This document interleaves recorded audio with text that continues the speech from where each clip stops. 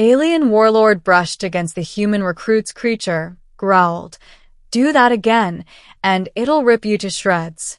Beginning.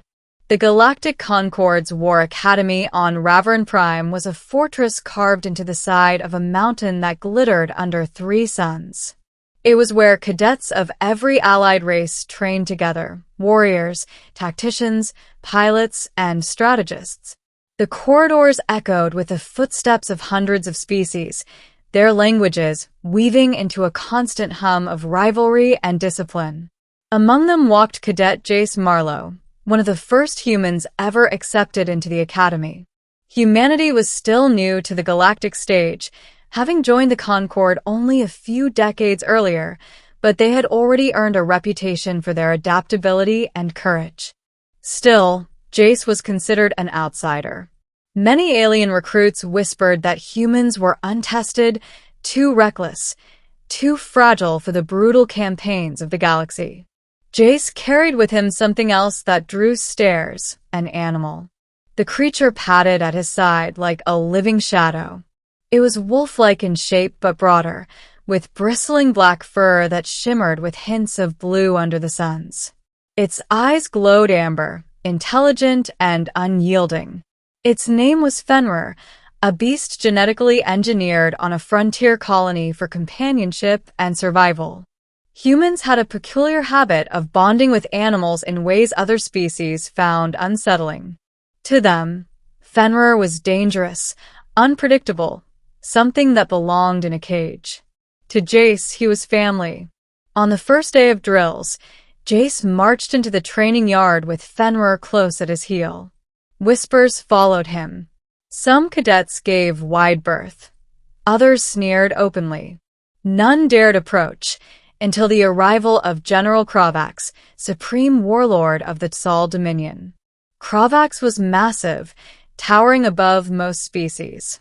His armor looked grown rather than forged, bone plating fused with metal. His mandibles clicked as he scanned the cadets, his scarred face bearing the weight of countless wars. He stopped when his eyes fell on Jace and his beast. The yard went silent. Provocation stepped closer, looming. He reached down, curious, and let his claw brush against Fenrir's fur. The beast's muscles tensed, a low growl rumbling like thunder. Jace spoke calmly but firmly. "Touch it again, and it will tear you apart." The words hung in the air like a blade. The cadets gasped, waiting for the warlord's fury. But Provocation only studied Jace with a strange glint in his eye. And then slowly he smiled. Middle. From that moment, Jace and Fenrir were marked. Some cadets respected him more for standing his ground against the most feared general of the Concord. Others despised him, seeing arrogance in a species so new to war. Provocation, however, was intrigued. He assigned Jace to Unit 17, a mixed squad of alien cadets that included Kaelin, a Varys huntress with crystalline blades, Zorak, a reptilian threx with skin like armor, and Lyra, a Venery telepath. Jace's role was meant to test whether a human could lead or whether he would break. Training was relentless. Simulations dropped them into deserts, jungles, and frozen wastelands. Cadets learned to survive, to fight in unison, to trust one another. But trust came slowly. When Fenrir killed a training drone with a single leap, Zorak sneered. "Zorak, you hide behind your beast. Without it, you are nothing." Jace, "Without him, I wouldn't be here. Without me, he wouldn't either. We're a team." Over time, Fenrir proved invaluable. His senses detected ambushes before scanners did. His strength saved Kaelin from a collapsing cliffside. His presence kept morale steady when simulations dragged on for days. Provocation watched closely. He saw something in the human, something beyond defiance. It was a bond between man and beast, forged not in dominance, but in loyalty. It reminded the warlord of his own people's long-lost war beasts, creatures that had once fought beside the Tsal before extinction claimed them. But not all tests were simulations. Rising conflict. 6 months into training, Ravern Prime came under attack. The Drexel Marauders, opportunistic raiders from the Outer Rim, launched a surprise strike against the Academy. Their goal was clear: cripple the Concord by destroying its next generation of officers. Alarms blared. Explosions rocked the mountain. Cadets scrambled, instructors armed themselves, and Provocation personally took command of the defense. Jace and Unit 17 were thrown into the chaos. The Drexel breached the lower hangars, pouring into the Academy with plasma rifles and war beasts of their own, 6-legged predators armored in spines. It was no simulation now. Kalen. Orders, human. What do we do? Jace, steady, we hold the hangar. Zorak, with me on the flank. Kalen, take the high ground. Lyra, shield us from their scouts. Fenrir, go.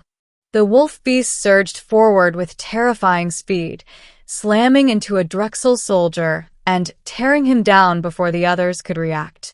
Cadets rallied around Jace's commands. His voice carried conviction, not fear. Hours of fighting blurred into minutes. Jace and Fenrir moved as one, striking with precision. Zorak admitted, grudgingly, that the human and his beast were the glue holding Unit 17 together. But the Drexel were relentless. Reinforcements poured in, and soon the cadets were pinned, cut off from retreat. Fenrir stood in front of Jace, bloodied but unbowed, growling at the encroaching enemy. That was when Provocation himself entered the fray.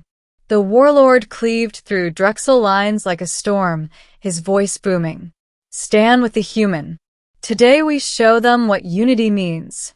The cadets rallied behind both Jace and Provocation, pushing back wave after wave until the hangar floor was slick with defeat. Finally, the Drexel broke, retreating into their ships. Ravern Prime was scarred but unbroken. Climax. After the battle, the Academy gathered in the Great Hall. Dozens of cadets were wounded, but alive. Jace stood with Fenrir at his side, exhausted but proud. Provocation approached, towering over the human once more. Silence fell. Every cadet expected reprimand. For arrogance, for insolence, for daring to threaten a warlord. Instead, Provocation placed a massive claw on Jace's shoulder. Provocation, you warned me that your beast would tear me apart. Now I see the truth. It is not the beast alone. It is the bond. You and it are one weapon, one spirit. That is why you triumphed. He turned to the hall, his voice carrying across every wall. Remember this, all of you. The galaxy underestimates humans. They see fragility where there is fire. This cadet and his creature have shown us the strength of loyalty, the ferocity of trust. If you face them as enemies, know that you face both, and it will tear you apart. Ending. From that day, Jace and Fenrir were no longer outcasts. They were symbols of what humanity brought to the Concord. Not just adaptability, but the ability to bond, to create family even across species and kinds. Unit 17 graduated with distinction, their names remembered as the class that stood against the Drexel. Jace returned to Earth as both engineer and soldier, Fenrir ever at his side, their legend spreading faster than they did. And General Provocation? He carried a scar across his claw where he had once touched Fenrir's fur, a reminder of the day a human cadet taught a warlord the meaning of partnership. The galaxy would remember the warning, spoken first in defiance and later in respect. Do that again, and it will tear you apart.